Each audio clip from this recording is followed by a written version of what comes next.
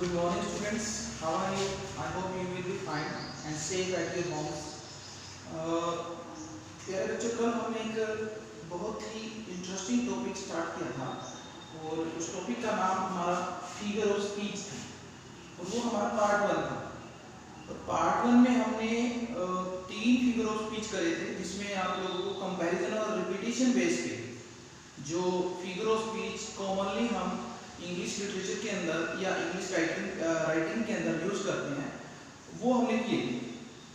आज आगे के जो हमारे फिगर ऑफ स्पीच हैं जो उतने ही इम्पोर्टेंट हैं जितने हमने कल किए थे, और जो भी हम कर चुके हैं या जो करने वाले हैं, ये सारे फिगर ऑफ स्पीच आपके कंपटीशन एग्जाम्स के अंदर, आपके बोर्ड एग्जाम्स के अंदर बहुत बार पूछे जाते हैं।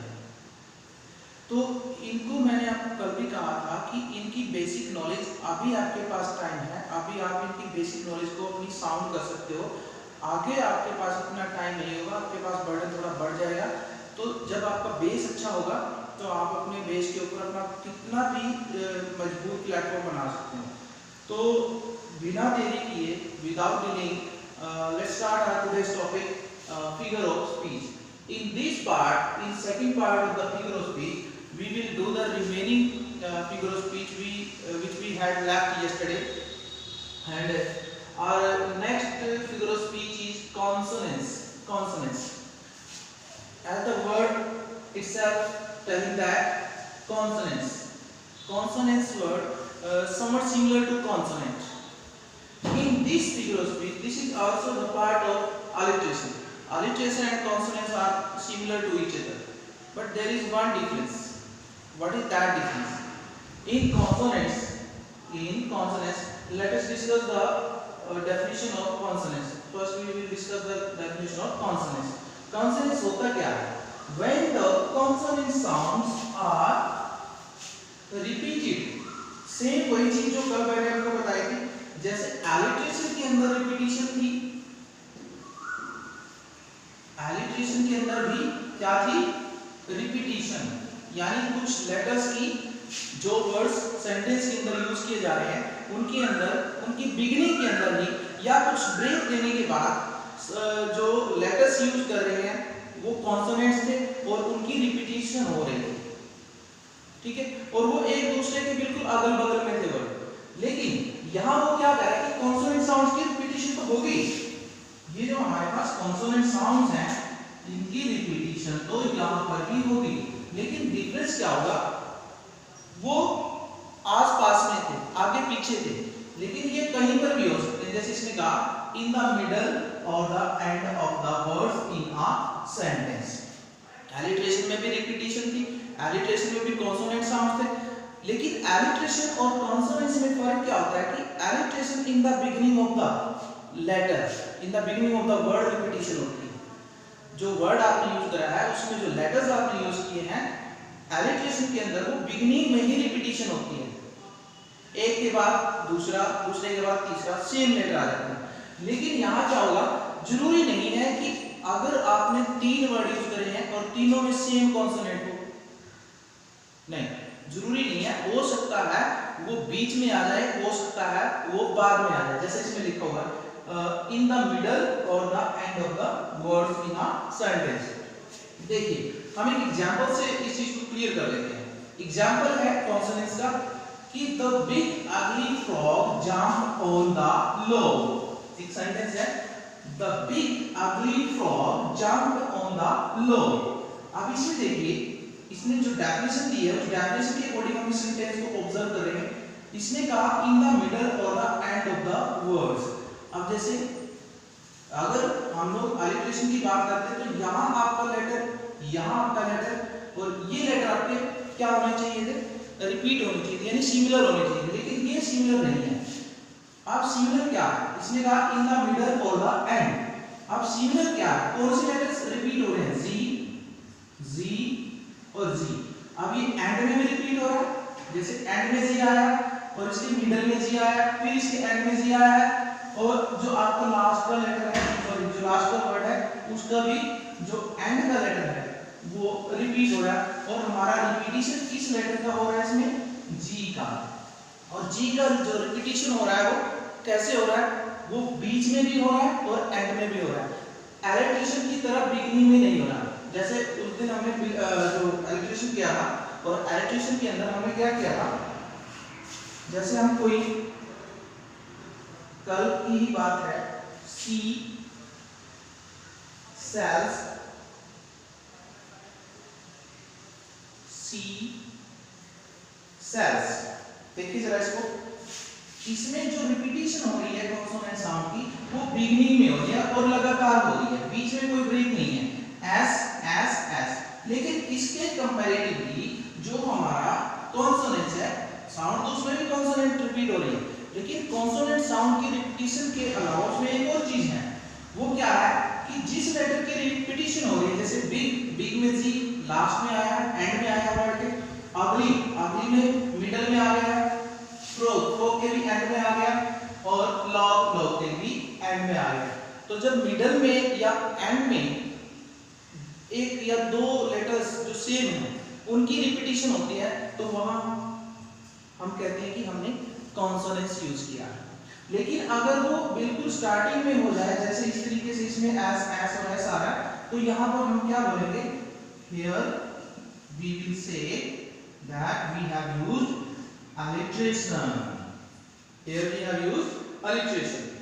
चलिए अब नेक्स्ट हमारा जो फिगर ऑफ स्पीच है वो एसोनेंस है। एसोनेंस, एसोनेंस इससे थोड़ा डिफरेंट होता है, इसमें भी रिपीटिशन होती है, इसमें भी क्या होता है देखिए, अब आप इसको एक बार थोड़ा सा डेफिनेशन इसको पढ़ लेते हैं इसकी।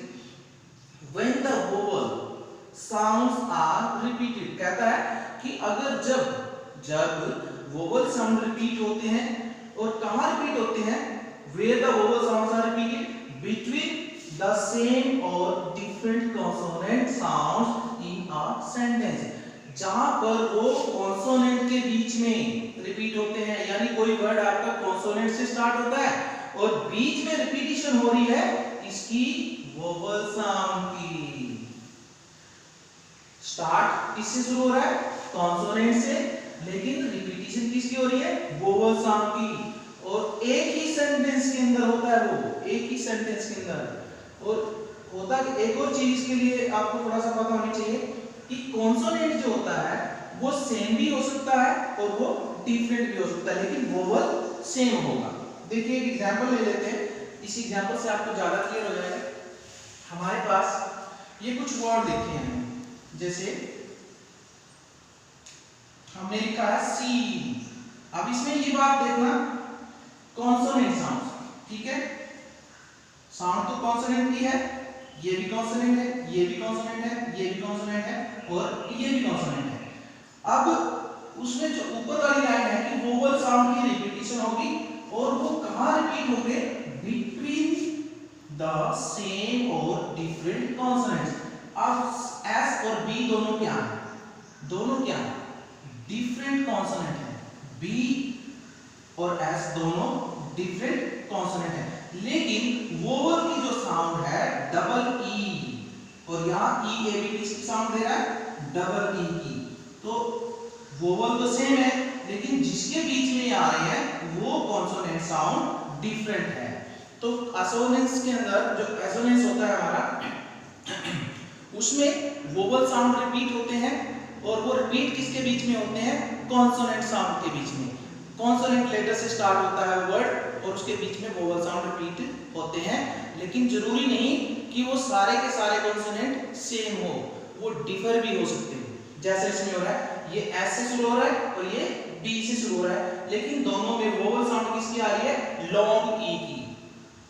डिफ्थोंग क्या आ रहा है, डिफ्थोंग। डिफ्थोंग का मतलब क्या होता है, जब हम किसी वोवल को लंबा बोलते हैं तो वो डिफ्थोंग हो जाता है। तो ये लॉन्ग वोवल है दोनों, इसमें ये रिपीट हो रहा है वोवल। ऐसे आगे सी, इसमें भी डबल ई की आवाज आ रही है, और इसमें लॉन्ग वोवल नहीं है।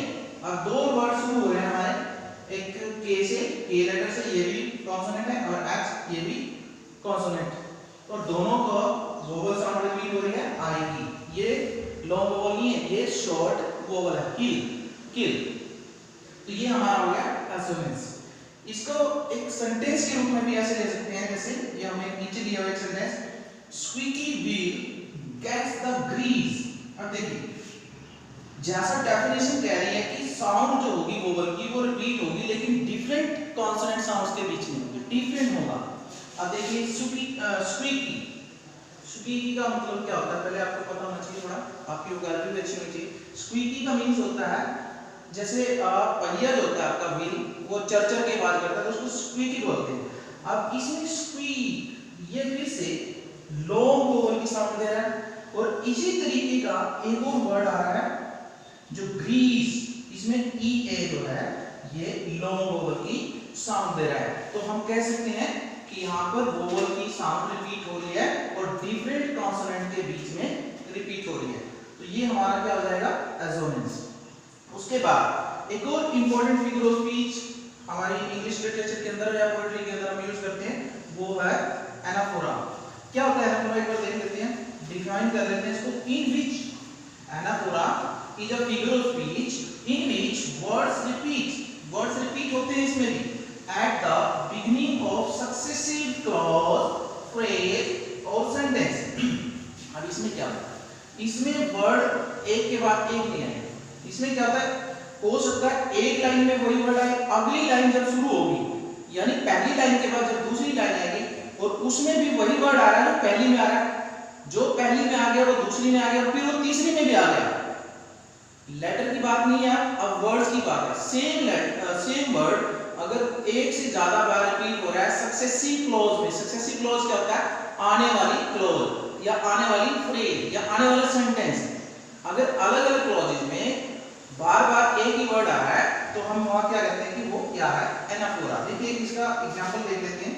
इसने कहा कि वर्ड्स रिपीट होते हैं, ध्यान देने वाली बात क्या है कि वर्ड्स रिपीट होते हैं ना कि साउंड रिपीट होती है। और कहां होते हैं वो, एट द बिगिनिंग, स्टार्टिंग में ही आ जाएगा।